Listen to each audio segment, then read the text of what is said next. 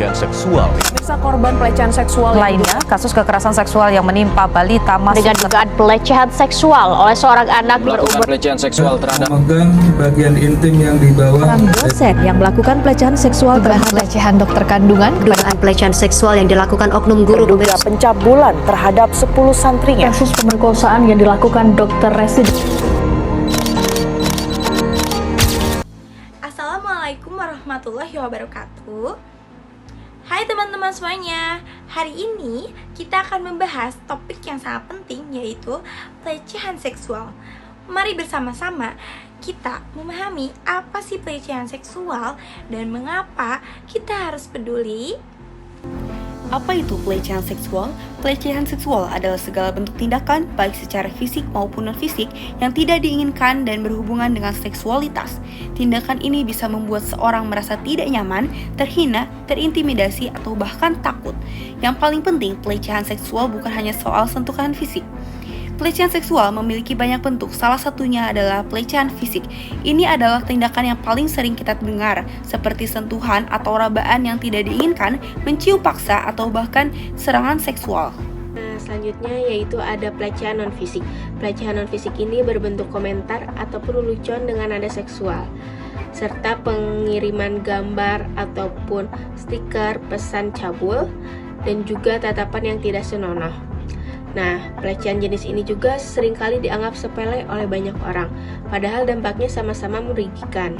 Nah, selanjutnya yaitu ada pelecehan verbal. Pelecehan ini termasuk ajakan atau rayuan yang tidak pantas, serta ancaman yang berkaitan dengan seksualitas. Ingat, pelecehan tidak memandang jenis kelamin, usia, dan juga status sosial. Siapapun bisa menjadi korban, siapapun juga bisa menjadi pelaku. Ada beberapa langkah yang bisa kita ambil. Yang pertama, lawan dan tolak jika memungkinkan dan aman. Tunjukkan sikap penolak dengan tegas, katakan tidak dengan jelas. Lalu ajak bicara. Cari orang yang bisa kamu percaya. Contohnya orang tua, guru, konselor, atau teman dekat untuk menceritakan apa yang terjadi. Jangan simpan sendiri karena kamu tidak sendirian. Selanjutnya, cari bantuan profesional. Jangan ragu untuk mencari bantuan dari psikolog atau lembaga yang berwenang, karena mereka ada untuk membantu memulihkan diri dari trauma dan mendapatkan keadilan. Kemudian, laporkan. Pelecehan seksual adalah kejahatan. Melaporkannya kepada pihak berwajib adalah langkah penting untuk menghentikan pelaku dan mencegah adanya korban lain. Dimulai dari diri kita sendiri dan lingkungan sekitar. Nah, yang pertama, jaga batasan diri kita sendiri. Bahwa setiap orang mempunyai hak atas tubuhnya. Hargai ruang pribadi orang lain. Jangan menyentuh atau berbicara hal yang tidak nyaman bagi mereka. Dan yang kedua, edukasi diri kita sendiri dan orang lain. Sebarkan informasi tentang pelecehan seksual seluas-luasnya. Semakin banyak orang yang sadar, maka sedikit pula kemungkinan hal itu terjadi. Dan yang ketiga, berani bersuara. Jika kamu melihat orang yang mengalami pelecehan seksual, jangan diam saja, maka bantu korban untuk menjauh dari situasi tersebut dan tawarkan dukungan. Jadi, kesimpulannya, pelecehan seksual itu bukanlah hal yang sangat sepele. Jika kamu atau orang terdekatmu mengalami hal seperti ini, maka jangan takut untuk berbicara dan melaporkan. Mari ciptakan lingkungan yang aman dan saling menghargai. Mari menjadi bagian dari solusi. Assalamualaikum warahmatullahi wabarakatuh. Waalaikumsalam warahmatullahi wabarakatuh.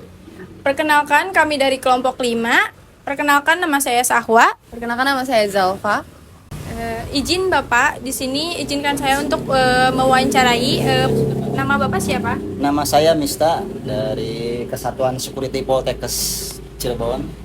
Izin Bapak, apa sih yang Bapak tahu tentang pelecehan itu?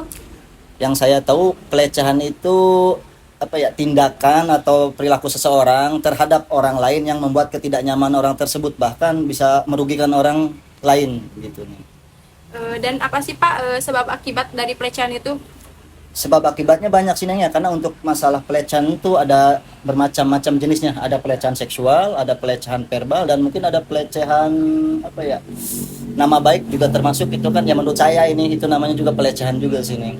Akibatnya ya banyak. Kalau untuk pelecehan seksual itu bisa traumatis ke si korban, bahkan bisa maaf ya jadi gila, ada banyak contohnya juga gitu. Nah untuk pelecehan verbal bisa jadi si korban yang apa ya, yang apa yang terjadi atau terkena tindakan pelecehan verbal itu ngerasa nggak percaya diri dia.